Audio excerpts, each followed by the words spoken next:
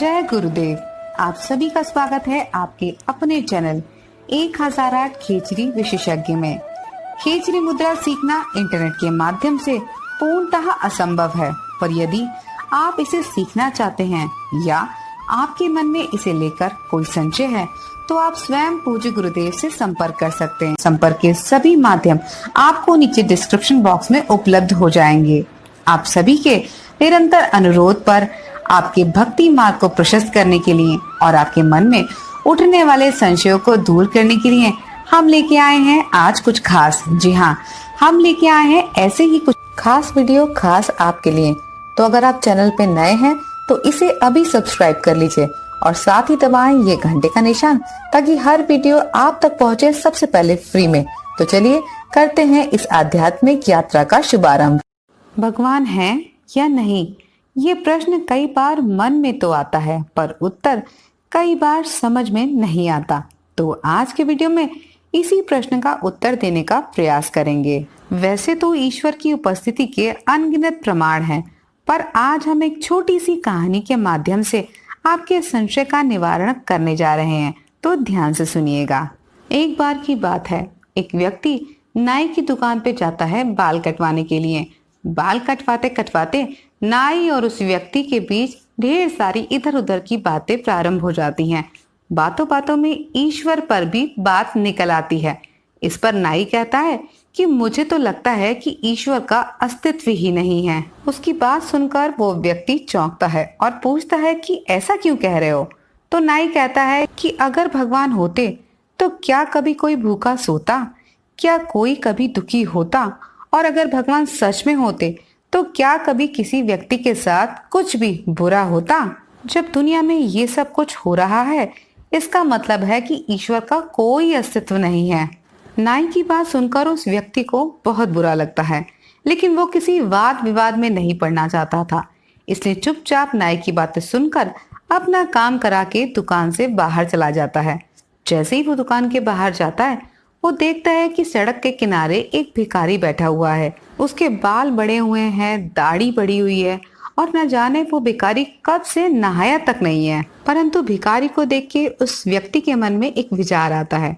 वो मुस्कुराता है और भिखारी को लेके नाई की दुकान पर पहुंच जाता है और वहां जाकर जोर जोर से चिल्ला चिल्ला के कहने लगता है कि नाइयों का तो कोई अस्तित्व ही नहीं होता।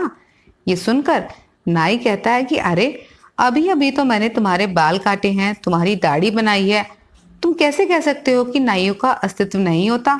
पर वो व्यक्ति नहीं मानता और चीख चीख के कहता है कि नाइयों का कोई अस्तित्व नहीं होता। अगर नाइयों का अस्तित्व होता तो क्या सड़क पे बैठे इस भिखारी की दाढ़ी बड़ी होती? क्या इसके बाल बड़े होते? अगर इसके बाल बड़े हैं, इसकी दाढ़ी बड़ी है, इसका मतलब है कि नाइयों का कोई अस्तित्व नहीं होता।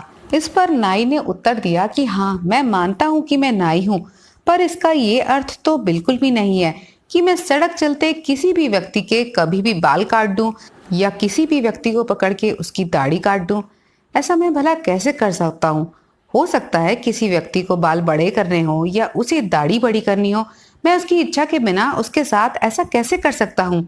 मैं सिर्फ तभी किसी की दाढ़ी या बाल बना सकता हूँ जब उस व्यक्ति की इच्छा हो, जब वो व्यक्ति खुद मेरे पास चल के आए और मुझसे ऐसा करने के लिए कहे, तभी मैं उसकी मदद कर सकता हूँ। अन्यथा मैं किसी ऐसे व्यक्ति की मदद नहीं कर सकता जो मेरे पास आने को तैयार ही ना हो। नाई की बात सुनकर वो व्यक्ति मुस्कुराया और बोला कि ईश्वर के साथ भी बिल्कुल ऐसा ही है।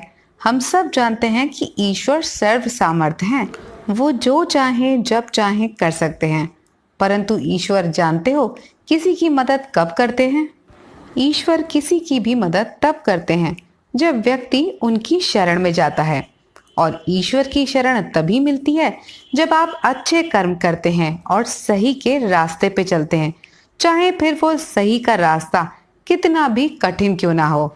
ईश्वर अपने तक आने वाले रास्ते पर चलने वाले हर एक पथिक की मुश्किल और उसकी दुविधा को स्वयं दूर करते हैं, और जिसे आप कठिनाई कहते हैं वो तो ईश्वर की लीला है अपने भक्तों को संसार में श्रेष्ठ दिखाने की।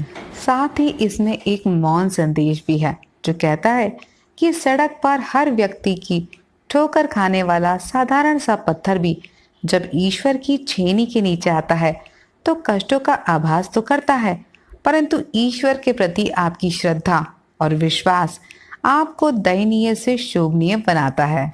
बस आवश्यकता है तो केवल ईश्वर तक पहुंचने की।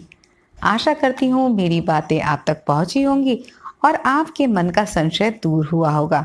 चलते चलते आपसे सिर्फ इतना कहूंगी कि ईश्वर से प्रेम करते रहिए और अच्छाई और सच्चाई का मार्ग कभी मत छोड़िएगा। आज के लिए बस इतना ही, फिर मिलेंगे अगले वीडियो में। तब तक के लिए जय गुरुदेव, जय बद्री विशाल।